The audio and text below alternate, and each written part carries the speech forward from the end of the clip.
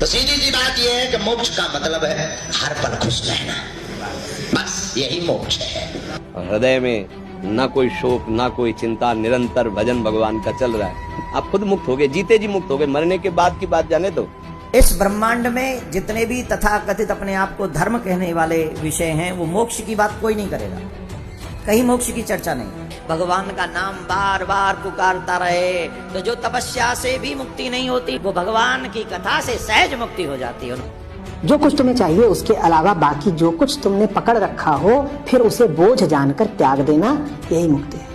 समझ ही गए हो कि मुक्ति का मतलब सिर्फ छोड़ना ही नहीं है, मुक्ति का मतलब पाना भी है। शिव महापुराण की कथा कहती है, मात्र एक सूत्र भी हमारे जीवन में हमने अगर उतार लिया तो वो 6 सूत्र का एक सूत्र पाने पर भी हम भगवान के परम धाम को, मोक्ष पद की ओर जा सकते। मृत्यु के समय पर, प्राण छूटते समय मनुष्य के मस्तक पर यदि त्रिपुंड लगा हुआ है तो वो जीव कभी फिर मृत्यु लोक में जन्म नहीं लेता। अभी आपने सुना आचार्यों व कथावाचकों के विचार। सभी ने अपने विचार से अलग अलग मोक्ष की परिभाषा बताई, लेकिन हम अब अपने धर्म के शास्त्रों, गीता, वेद, पुराणों से जानेंगे कि पूर्ण मोक्ष की विधि क्या है, जिससे हम दोबारा जन्म मृत्यु के चक्र में नहीं आएंगे। मोक्ष प्राप्ति की विधि कहते हैं कि जो सच्ची साधना सतगुरु से प्राप्त हो जाती है, उस भक्ति के करने से पूर्ण मोक्ष हो जाता है। पूर्ण मोक्ष प्राप्त प्राणी उस लोक में चला जाता है जहां पर इसको कर्म किए बिना ही प्राप्त होता है। श्रीमद् भगवत गीता के अंदर उसको निष्कर्मे मोक्ष कहा है। जैसे श्रीमद् भगवत गीता अध्याय नंबर 8 के श्लोक नंबर 1 में अर्जुन ने पूछा कि प्रभु आपने गीता अध्याय नंबर 7 के श्लोक नंबर 29 में कहा है कि मेरे आश्रित होकर किस बात पे, चौथे अध्याय के 32वें श्लोक में कहा है कि जो तत्व ज्ञान है, साधनाओं की विशेष जानकारी, धार्मिक अनुष्ठानों की, यज्ञों की विशेष जानकारी सच्चिदानंद घन ब्रह्म की वाणी में लिपिबद्ध है। और 25 से लेकर 30 तक चौथे अध्याय में मंत्रों में बताया है।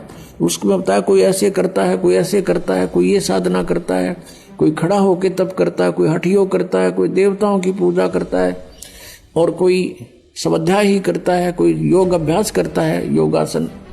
कहते हैं वो अपनी अपनी साधनाओं को पापनाशक जान कर रहे हैं, लेकिन इस प्रकार की साधनाओं की विशेष जानकारी सच्चिदानंद घन ब्रह्म की वाणी में, जो परमेश्वर ने स्वयं आकर ज्ञान दिया है, अपने मुख कमल से ब्रह्मणे मुखे, और वो तत्व ज्ञान है, उसमें विस्तार से लिखी गई है। चौथे अध्याय के 34वें श्लोक में कहा है कि उस तत्व ज्ञान को तत्वदर्शी संतों के पास जाकर समझ, उनको दंडवत प्रणाम करने से, कपट छोड़कर नम्रता पूर्वक प्रसन्न करने से वो तत्वदर्शी संत तुझे उस परमात्म तत्व का ज्ञान कराएंगे, परमात्मा का। अब गीता ज्ञानदाता भी उस परमात्म तत्व के यानी तत्व ज्ञान से अपरिचित है। अब उसने कहा 7वें अध्याय के 29 श्लोक में कि जो मुझ पर आश्रित होकर मैं जो कह रहा हूं, इस ज्ञान को आधार बनाकर तत्वदर्शी संतों से वो मिल लेता है, तो फिर वो क्या होता है कि वो मम मेरे ज्ञान के आश्रित होकर के, और जो जरा मरण मोक्षाय यतंती ते, जरा माने बुढ़ापा, मरण माने मृत्यु, बुढ़ापे और मृत्यु के दुख से बचने का जो प्रयत्न कर रहे हैं, उसी के लिए साधना करते हैं, संसार की और किसी वस्तु की डिमांड नहीं करते, वे तत्परम विदु और अखिल अध्यात्म, वो पूरे अध्यात्म को जानते हैं और सब कर्मों से परिचित हैं, पूरे अध्यात्म ज्ञान से परिचित हैं, और वो तत्परम से परिचित हैं, वही जरा और मरण के लिए प्रयत्न कर रहे, छूटने के लिए। श्रीमद् भगवत गीता अध्याय नंबर 18 के श्लोक नंबर 62 में कहा कि अर्जुन, तू सर्व भाव से उस परमेश्वर की शरण में जा, उसकी कृपा से तू परम शांति को और सनातन परम धाम को प्राप्त होगा, शाश्वतम स्थानम। गीता ज्ञानदाता स्वयं गीता अध्याय 18 श्लोक 62 व अध्याय 15 श्लोक 4 में किसी अन्य परमेश्वर की शरण में जाने को कह रही हैं। उसी की कृपा से परम शांति व शाश्वत स्थान, सदा रहने वाला मोक्ष स्थल अर्थात सत्य लोक प्राप्त होगा। अपने विषय में भी कहा है कि मैं भी उसी की शरण में हूँ। उसी पूर्ण परमात्मा की भक्ति करनी चाहिए तथा कहा है कि उस परमेश्वर के परम पद को प्राप्त करना चाहिए, जहाँ जाने के पश्चात साधक लौटकर इस संसार में कभी नहीं आते, अर्थात उनका जन्म मृत्यु सदा के लिए समाप्त हो जाता है। आइए अब जानते हैं पूर्ण परमात्मा की भक्ति विधि क्या है, जिससे हम परम पद सतलोक यानी पूर्ण मोक्ष प्राप्त करेंगे। प्रथम मंत्र में आपको अब ये 7 मंत्र बना के दिए जाते हैं। पहले 5 मंत्र देते थे नानक साहिब जी और परमेश्वर कबीर साहिब जी भी। फिर ये है 5 नाम हैं जो हमारे कमलों में ये प्रधान बैठे हैं। मूल कमल में गणेश जी, स्वाद चक्र में सावित्री ब्रह्मा जी, नाभि कमल में विष्णु और लक्ष्मी जी, हृदय कमल में शिव पार्वती जी और कंठ कमल में ये दुर्गा जी। तो ये 7 नाम इसलिए देते हम कि मान लीजिए उपदेश ले लिया और ये प्रथम मंत्र एक बार मेरे मुख से भी सुन लिया मालिक की स्थिति जैसे हम देते हैं, और फिर उसकी सुनने के बाद साथ साथ बोल लिया और फिर भी मृत्यु हो जाती है, तब मनुष्य जीवन गारंटीड है उस व्यक्ति को, ये गारंटी देता है। और यदि उसने जाप कर लिया कुछ दिन और विश्वास ठीक रहा तो वो स्वस्थ भी होगा और इसकी इसी जीवन में आयु बढ़ती चली जाएगी, परमात्मा बढ़ाता चला जाएगा जब तक उसका मोक्ष नहीं होगा। इस जन्म में पार कर देगा आपको। तो इसलिए ये 7 मंत्र दिए जाते हैं। ये पहले वाला लास्ट वाला मंत्र आपको जन्म दिलाएगा तुरंत, मनुष्य जीवन का गारंटीड है, मृत्यु भी हो जाएगी पुण्यात्मा। इसलिए मान लीजिए किसी का कोई बीमार है, या 80% व्यक्ति दुखी आए हुए, और जो विश्वास कर लेता उनको गारंटीड बात पूछ लो, यहाँ लाखों बैठे होंगे, आ जाते हैं, सुनते रहना और सब स्वस्थ हो जाते हैं। तो ये वो परमात्मा है। तो इसलिए प्रथम मंत्र जो आपको दिए जाते हैं, इनमें ये 2 मंत्र अब कंपलसरी थे, पहले नहीं थे ये। तो इसलिए परमात्मा ने कंप्लीट कोर्स बना करके गरीबदास जी के माध्यम से हमारे तक पहुंचाया है। और जैसे आप जी किसी का जैसे विदेश गए हो, स्वदेश आना है, वहां आपने कोई कारोबार शुरू कर रखा है, कोई फैक्ट्री वगैरह लगा रखी है और आपका ठीक से काम चला नहीं, आपका बिजली का कनेक्शन कट गया, टेलीफोन कनेक्शन कट गया, पानी का कनेक्शन कट गया, गैस कनेक्शन कट गया, पैसे बने नहीं, तो आप कंडम हो गए। और वहां कोई ऐसा प्रभावशाली व्यक्ति आपको मिल जावे, सरकार को गारंटर बनाए कि भाई तुम इनका चालू करो कनेक्शन, मैं गारंटर बनता हूं, और फिर उसको कहेगा भी जो पैसे तो देगा यही तेरे कर्जा उतारेगा, नहीं तो फिर काट दियो ना, वो देता क्या बात है। तो ऐसे ये दास आपका गारंटर बनता है और आपके सब कनेक्शन चालू करवाता है, लेकिन इनकी मजदूरी करके ये देने पड़ेंगे, तुमने कर्जा आप उतारना पड़ेगा। और परमात्मा जो है कुछ अपने कोटे से भी आपको पैसे देता, क्योंकि आप चला ही नहीं सकते अपनी फैक्ट्री को बगैर थोड़ा बहुत और सारा ना मिल रहा कहीं से, तो वो बगैर आपके वैसे सब्सिडी समझ लो ऐसे देता है। तो परमात्मा पहले आपको सब्सिडी देता है जिससे आप अपना काम चलाओ और फिर डट कर भक्ति करो, मर्यादा में रहो, आप धनी हो जाओगे, बहुत शीघ्र धनी हो जाओगे। बहुत कीमत है इन मंत्रों की। इन भगवानों के जो 5 प्रधानों से आपने मुक्त होना है, त्रिकुटी पर जब जा सको हो उस समय पहुंच पाओगे जब इनसे आप अपना नो डू सर्टिफिकेट ले लोगे। अब ये मंत्र जो 2 मंत्र फर्स्ट और लास्ट है इन 7 मंत्रों में, इसके साथ मिलने से ये मंत्र जो प्रथम जाप आप करते हो, इनका ऋण मुक्त हो जाने के बाद भी कुछ आपकी कमाई यदि बचगी तो इन 2 मंत्रों के प्रभाव से ये कन्वर्ट हो जाएगी आपकी सतलोक चालन नालियां में, इनमें से बच भी गई तय।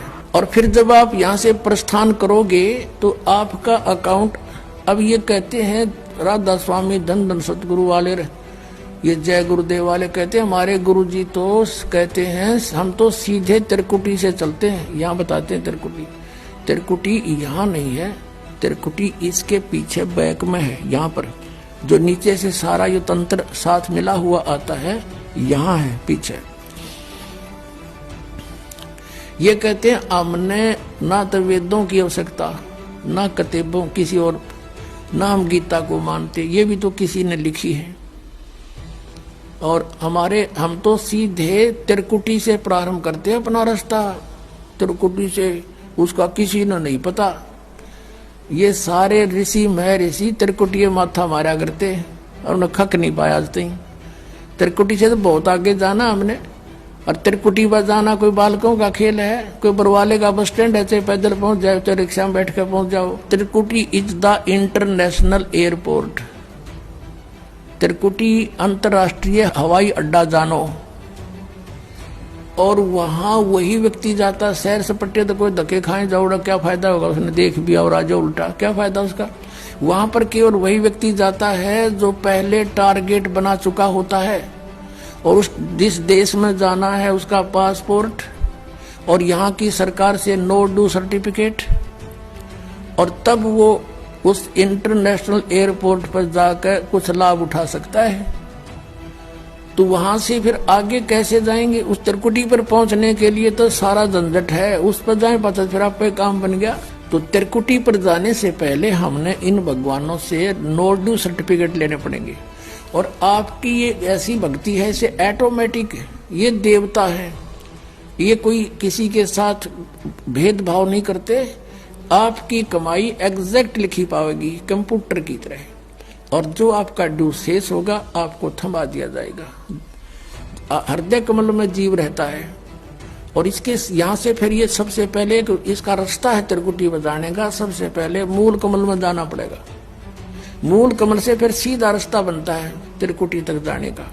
उससे पहले गणेश जी के लोक में से गुजरना पड़ेगा, उसका एक जैसे बैरियर होते हैं प्रत्येक बॉर्डर पर, यहाँ ऐसे बैरियर है। वहां जब आप जाओगे आपके सामने आपके मस्तिष्क पर जैसे लॉकेट होता है ऐसा लगा पाएगा, और तुरंत आपको कहा जाएगा चलो आप जाओ, आपकी ये पूंजी, और वो आपके उस मस्तिष्क में ऐसे लॉकेट पे वो नो ड्यू सर्टिफिकेट छपता चला जाएगा। फिर आगे चलोगे आप, आगे आप पहुंचोगे जब विष्णु जी के लोक में, वहां भी आपको ऑटोमेटिक मिलेगा, कोई बाधा नहीं मिलेगी, क्योंकि वहां तो चोरों को पकड़ा जाता है, सा को थोड़ा, वो देवता भी तो है, वो किसी के साथ जरा सी भी गड़बड़ नहीं करते।